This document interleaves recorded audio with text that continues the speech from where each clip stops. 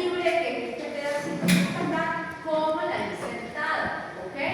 ¿De dónde a dónde medimos el ancho total de encía? Del margen gingival a la línea mucogingival, ¿verdad? Ancho total de encía. Ancho de encía insertada, lo mismo menos, o le restamos, o no tomamos en consideración la encía marginal del tubo, ¿ok?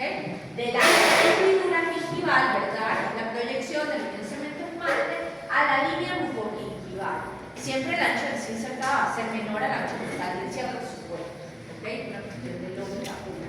¿Dónde vamos a registrar este parámetro?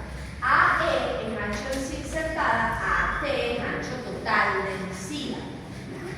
Si tenemos acá estoy registrando lo mismo que tenía en la foto, fíjense, 4 milímetros de ancho de encía insertada, 7 milímetros de ancho de encía insertada, ancho de encía insertada, ¿ok?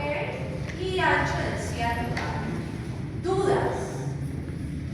¿Qué otra forma podemos obtener el ancho de encía insertada? Restándole al ancho total la profundidad del soldaje. 7 menos 3 da 4. ¿Por qué? Porque en teoría, el soldaje, en teoría, vamos a hablar de eso, cuando soldeamos estamos midiendo la encía insertada libre. Entonces, si al ancho total le restamos la encía insertada libre, vamos a obtener como medida el ancho de encía insertada o la medida. ¿Ok? Lesiones de Furka. Aquí hablamos de la famosa sonda de Catoni y sonda de Neyman. Esta es la clasificación que van a utilizar. ¿Ok? La de Hack, Niemann y Linde del 75. Estas clasificaciones que usaron. No, la última, a veces cambia. La de Cairo fue un cambio importante, la de Cairo y la precisión de la última clasificación, pero esta se mantiene vigente. ¿Okay? Clase 1 es una profundidad de soldaje horizontal menor o igual a 3 milímetros. Es esta situación que tenemos acá. Acá les está mostrando una sonda de Neyman bien particular, porque fíjense que solo tiene 3 y 6. ¿Okay? Esto aquí yo no sé qué pasó. Pero fíjense algo, la que yo les mostré en un principio era 3, 6, 9 y 2, ¿verdad? En la lesión de Furka clase 1, ustedes la introducen y solo, es como que si la sonda solo se enganchara en ese punto de la Furka. ¿Ok? Ella no va a entrar más de 3 milímetros y tenemos allí una Furka grado 1, ¿verdad? Recuerden, por favor, anatomía dental. En inferiores, nuestros molares tienen 2 raíces, eso es lo general, por supuesto que hay variaciones anatómicas. Y en superiores tenemos 3 raíces. Entonces, en inferiores solo hay bifurcación, en superiores hay trifurcación.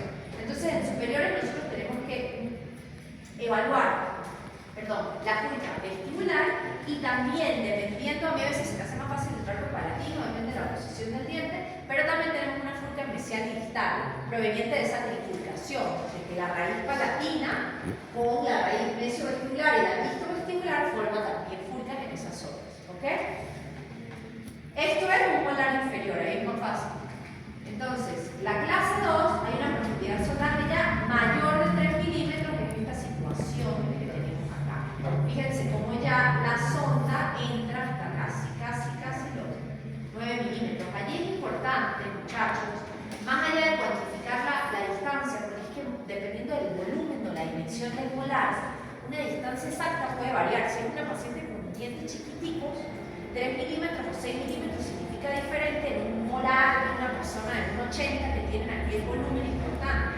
Entonces a mí me gusta más dividirlo en tercios. De hecho, hay una clasificación que lo plantea así. Si entra el primer tercio de la sonda, clase 1. Si entran 2 tercios, que es clase 2. Y si entran 3 tercios, lo que llaman ellos true, que es que atraviesa por completo, una extensión completa de lo que ellos usan la Furka, un túnel, ¿ok? Ya hablamos de una clase 3. Muchos libros reportan que las Furkas clase 3 tienen indicación de extracción. No siempre es así, hay que evaluar otras cosas allí. ¿Ok? Estas Furkas, la clase 1 y la clase 2, son defectos regenerables, sobre todo la clase 2 en el horario inferior. ¿Ok? ¿Dudas? Miren cómo viene con la zona completa, ya no vemos nada, sale del otro lado casi. Tienen que cuantificar o medir la Furka. En las inferiores, el vestibular viene igual. Y las superiores tienen su Furka vestibular, ¿ok? Y la mesial distal le pueden entrar preparativos por vestibular, depende de la posición del tipo, ¿ok? ¿Dónde va ficha, lo van a colocar así, de esta manera. Entonces, esta B en azul me va a decir que esto es una furca clase 1. Si la furca es clase 2, me hacen el triángulo completo. Y si es clase 3, me rellenan el triángulo. ¿Ok? 1, 2, 3. ¿Capito? Sí. Movilidad. ¿Cómo vamos a determinar la movilidad? Me van a colocar, por favor, dos instrumentos planos. No van a agarrar la sonda por un lado, no. Dos instrumentos por el mango plano, lo van a colocar por palatín, por vestibular y van a empujar el de vestibular. Si el de palatín no se mueve, hay un grado de movilidad. Esa movilidad tiene una clasificación también. Esa clasificación en grado 0 es una movilidad, es del señor Miller también, ¿ok? El señor. El doctor Miller de 1950, y hay una movilidad fisiológica, grado 0, que es medida a nivel coronal y el diente presenta una movilidad 0.1-0.2 milímetros. Yo sé que ustedes con sus ojos tienen esa medida, ¿ok? Mentira, están viendo que simplemente no se mueve, ¿ok? Ponen el instrumento por un lado y por el otro. El grado 1, que tiende a ser la más común, es mayor movilidad de la corona del diente de hasta 1 milímetro en dirección horizontal. Grado 2, más de 1 milímetro en dirección horizontal. Y grado 3, ya cuando tenemos una movilidad severa de la corona del diente, tanto horizontal como vertical, es decir, que el diente se intruye. ¿Okay? Nosotros movemos en sentido horizontal con la cara vestibular y palatina y también nos afincamos en oclusal o en incisal, y si el diente se intruye hablamos de este tipo de movilidad. ¿Ok? Este tipo de movilidad también en su mayoría habla de indicación de extracción, pero es relativo también. ¿Dudas? Todas estas cosas, grado de movilidad, lesiones de furca, precisión física, todo a la mano, en una hojita donde ustedes planifiquen y lo saquen ahí y lo tengan a la mano toda la información para que se puedan ayudar y agilizar el proceso de llenado de ficha y historia. ¿Ok? Yo les voy a, nosotros vamos a hacer un quiz de entrada a la clínica, porque hay cosas básicas que ustedes tienen que saber. Yo no les voy a preguntar, dígame la clasificación de modos. ¿Por qué? Porque ustedes van a tener esa información a la mano. A medida que ustedes vayan llenando y practicando, van a ir diferenciando, van a ir memorizando un poco. Yo no necesito lo que sea capaz de recitar. No, ustedes no.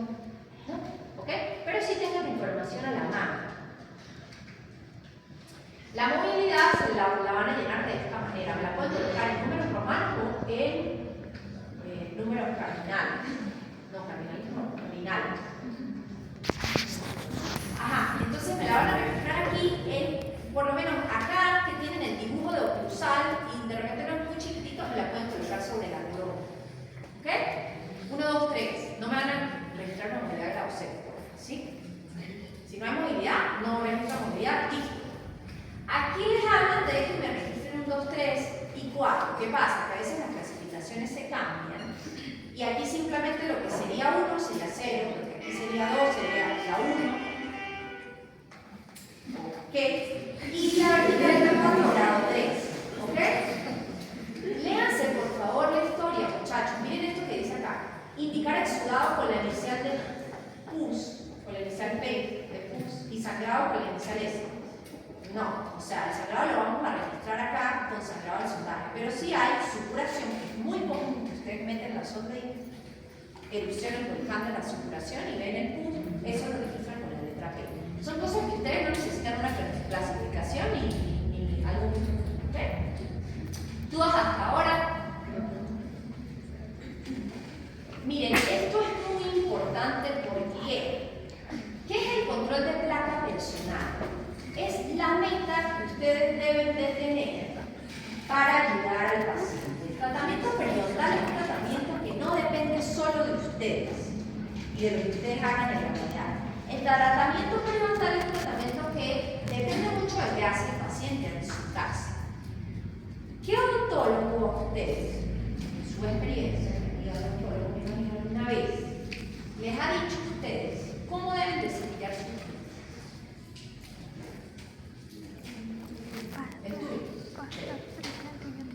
¿Alguno más?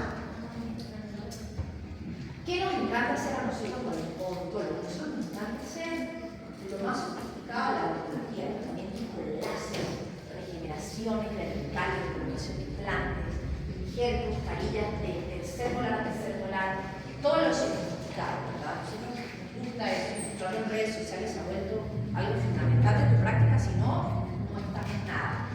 Pero, ¿qué no nos gusta? Enseñarle lo más básico y fundamental a nuestros pacientes para lo que sea que nosotros hagamos en su boca sea exitoso y trascienda en el tiempo, que es a cepillarse sus dientes. No hay, o son muy pocos los odontólogos que educan a su paciente, y la periodoncia en la fase 1 del tratamiento es fundamental, la motivación del paciente. Porque la placa bacteriana, muchachos, se forma en 24 horas. ¿Qué significa eso? Que si yo hice una super limpieza raspado, levanté un colgado, la pella lisea, o sea, hice la generación y todo. Pero si el paciente no se cepilla los dientes en 24 horas, la placa bacteriana comienza su ciclo y vuelve a formarse y vuelve a producir todo lo que yo estoy intentando controlar. Entonces, no importa que haga un sillón si el paciente en su casa no hace lo que le corresponde. Eso lo pueden controlar ustedes, lo que el paciente hace en su casa, pero ustedes sí se lo tienen que enseñar, ¿ok? Sí lo tienen que educar. ¿Por qué? Porque el paciente no sabe. El cepillado dental tiene un objetivo, y no es quitarse la comida de la boca, no es remover la placa bacteriana de una forma puntual y específica. Yo voy a donar a la cátedra un producto de estos para que ustedes empiecen a hacer su control de placa personal. Esto es un revelador de placa. Lo que pueden conseguir la mayoría de los distribuidores es una cosa que se llama Fushina. ¿La han usado? Que es un colorante como ese que usan para el tutor, que no pinta absolutamente nada, y el paciente le dice, mire, vamos a teñir su placa bacteriana y ahora la boca, entonces eso no evidencia nada. Ahora, este producto es una maravilla. ¿Por qué? Porque tiñe, incluso por localización y antigüedad, la placa bacteriana. Entonces, este tiñe fucsia la placa recién formada, esa que, yo me acabo de cepillar los dientes, está todo fucsia. O sea, esa placa tiene menos de 24 horas allí, usted se acaba de cepillar y como que no lo hizo bien. De azul dorado, la placa que tiene más de 48 horas, y de azul claro, la placa altamente ácida que tiene un alto riesgo tanto para el diente como para el periodonto, ¿ok? Y esta placa que está aquí, está ahí desde que el paciente nació. O sea, nació, erupcionaron los dientes, ahí está la placa bacteriana azul, ¿ok? Entonces, miren cómo se ve la boca del paciente cuando utilizamos este producto. Ahí el paciente ve lo que ustedes le están explicando. Mire, señor, esté bien esta cepillada. Todos los pacientes en su cabeza cepillan bien, pero es porque no hay una educación en torno a eso. ¿Okay? Agarra el cepillo y cepilla, entonces los papás, los abuelos, quien sabe que es responsable. Entonces, fíjense que la placa azul siempre va a estar en correlación o en posición cerca de la encía, y es la más difícil de remover, porque si nosotros quitáramos la encía, hubiésemos todo eso teñido de azul. Y esa es la placa más ácida y con mayor producción de productos de bacterias que destruyen por completo el tejido, ¿ok? Ahora, dígame algo, el paciente no tiene capacidad de remover todo. O sea, este paciente capaz ni una limpieza, sino un buen cepillado dental necesita. Y eso ustedes se lo tienen que enseñar. Le hacen ese procedimiento al paciente y van a notar, otra vez, si la ciencia del reino de Dios. Número de superficies por placa, número total de superficies registradas por 100, y esto les va a dar un porcentaje que es el índice de oleaje. El índice de oleaje, fíjense, aquí tienen todas las piezas dentales, ¿ok? Para el índice de oleaje no tomamos en cuenta las caras oclusales, solo distal, mesial, vestibular y palatina, ¿ok? O en inferior, igual, distal, mesial, vestibular. Si lo ven, son 4 caras. Todas las que estén teñidas, ustedes me las van a pintar con un triángulo rojo. Esto puede ser completo rojo, ¿ok? Y me van a sacar entonces el índice. Y le van a hablar al paciente como motivación que para el próximo control tiene que venir, si tiene que un índice del área del 70%, tiene que venir con el 30% o menor, ¿ok? Es para motivar al paciente. Esto no es diagnóstico, pero es importante que lo llenen para que el paciente vea el progreso. Es importante que cuando hagan esto, por favor, le pidan al paciente que traiga su cepillo. No me van a mandar a los pacientes a la casa con la boca morada, ¿ok? O sea, para ellos poder remover esa placa bacteriana, tienen que traer con ellos su cepillo dental. Entonces, cuando vayan a hacer índice de oleaje, mire, señor, la próxima vez me trae, o cuando vayan a llenar ficha clínica, mire, necesitamos que traiga cepillo e hilo, y le vamos mostrando cómo podemos remover todas esas bacterias de ahí, ¿Ok?